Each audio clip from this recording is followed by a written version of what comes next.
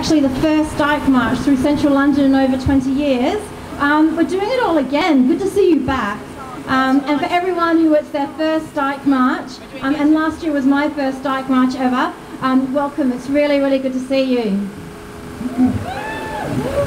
We're going to do a few speeches here in Berkeley Square before we set off. We'll finish in Soho Square, and this year we're part following in the footsteps of one of the 1908 suffragette Votes for Women rally, which is really amazing to be able to acknowledge the footsteps that we're walking in, and there's so much that we have today that they paved the way for us.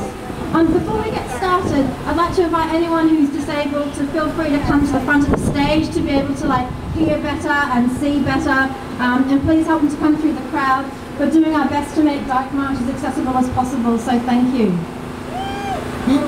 Well, this year feels like a very timely moment to have a Dyke March.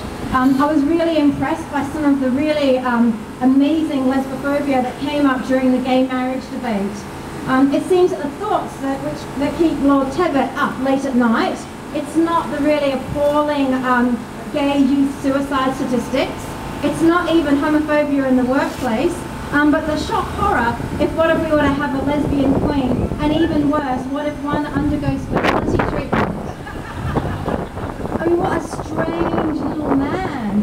And I mean, it leaves me wondering if there's something about Kate Middleton that we all need to know about.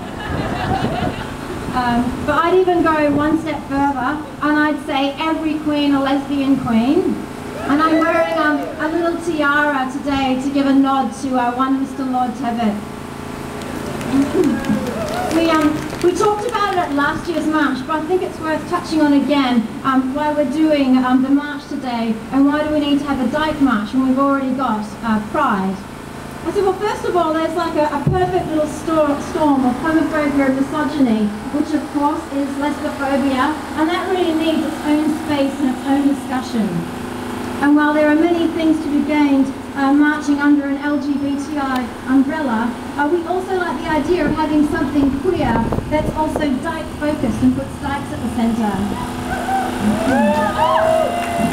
So this march, it's really about Dyke visibility, and it's a Dyke power, because being visible is an act of power. It's an act of protest, it's an act of pride, and it's part of forming and building our community. And I'm really thrilled to see so many allies here with us again today who support that as well. Before I go on to introduce our first speeches, I'd like to give some really quick notes on access. So